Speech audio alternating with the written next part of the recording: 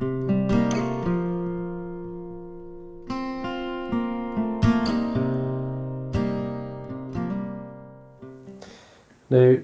this is the fly I'm going to be tying. This is basically called an olive snatcher. Now, it's a good sort of midge pattern, but it's a very good olive pattern for olives coming off in the legs and the locks. This is a great fly. But it's a very good midge pattern as well. Any olive midge coming off, this will work for you.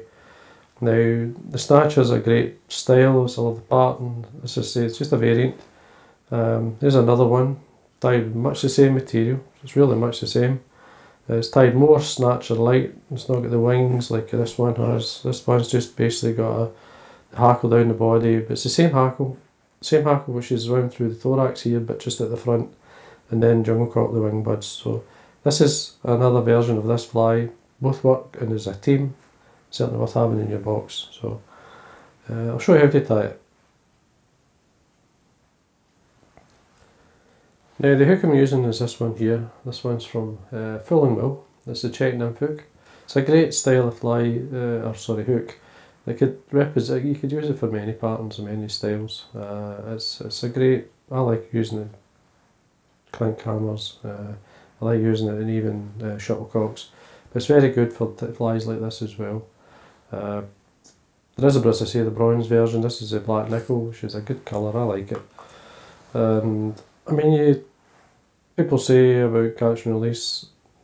I mean, obviously you have the option of releasing fish. These hooks have got a good. This point gives you a lot of grip, and to me at times it holds as well as a barbed hook. So if you want to take a fish home, you will land your fish with these, no problem.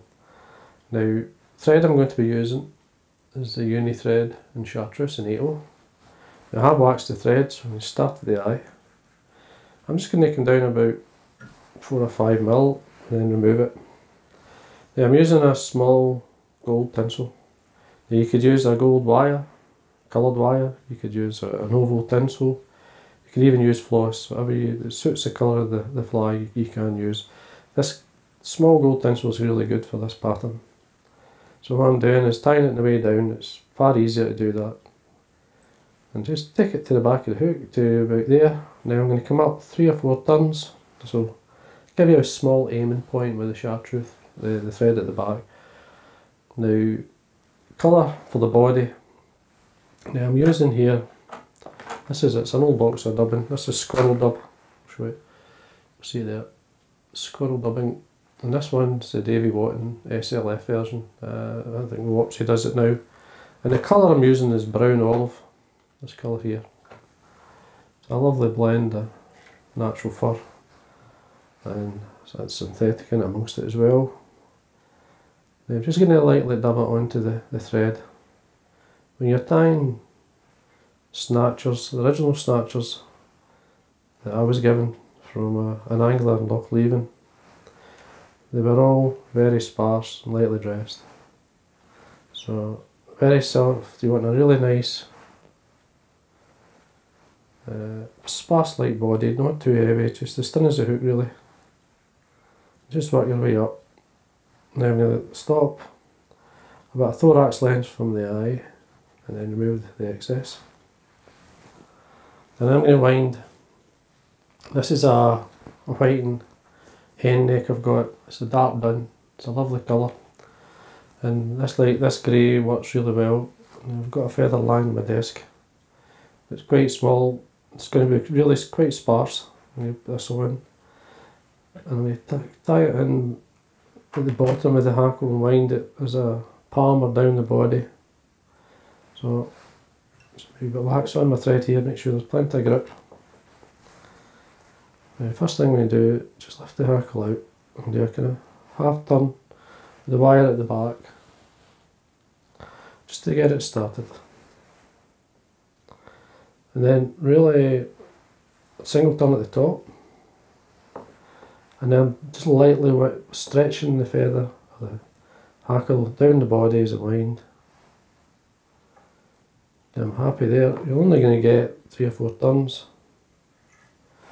Just lay the hackle pliers on the top there, just wind up through, looking round about 5, even 6 turns.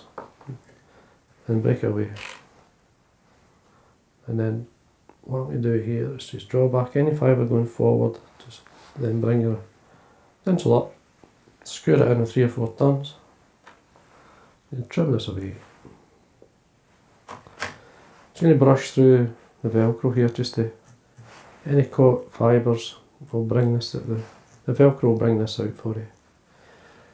You can see it's really light, not too heavy, a lot of movement in this fly. This fly you need, it's quite close to the surface, and it will represent the adult midge, it will represent even the olives coming off. If you've got any lake olives coming off, this would work great. And even if you use this in the river, I'm sure I have never used one in the river, but I guarantee it would probably work. Now for the wings, I'm going to use Hackle points, and this is just a cream, it's a cheap Chinese Indian type neck. It's a cock neck, and I'm just going to use up some of the smaller feathers for the wings, or these give the impression of the wing. So I've got two. The easiest way to do it is just to put 2 feathers here, just lay one on top of the other, just line the tips up. Now what I'm going to do here is get a look at the wing length, it's just to the back of the hook. So I'll put that with my finger and thumb. You can draw back some of these fibres, keep a hold, and just basically pull away the fibres from the stem. And then what we want to do is just check the length, that's fine. Now they're still laying on top of one another. Tips to the back, I'm going to tie onto some of the fibres as well here. Just gives it a bit more grip and security, that it secures it in much better. Come over with 2 or 3 turns, and then you'll see how the wings sit like that in a moment. We can separate these. Just see and check the length, just separate them. Encourage them to stay like that by 2 or 3 turns on top. And we're happy with the position of the wings. You can then carry them down, even fold these back if you wish, and break them away.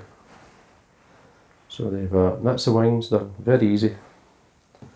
Now for the hackle, I'm going to use, this is another, just an Indian hen neck. It's a furnace. Some would say even like it's a greenhouse more than. Now hackle length, again it's up to yourself. I actually quite like a bit of length in the fibre. You can be quite short with it as much as long, but both work. So we've got the hackle here. Just checking the length, you can put the stem in line with the shank, and that'll give you the length of the fibre you're going to get. Best of the colours at the tip, so I'm going to tie it in at the tip. So the first thing I'm going to do is remove some of the fluff at the bottom. And then use my hackle pliers. It's easy with the hackle pliers to get hold of the tip. And then pull these fibres back.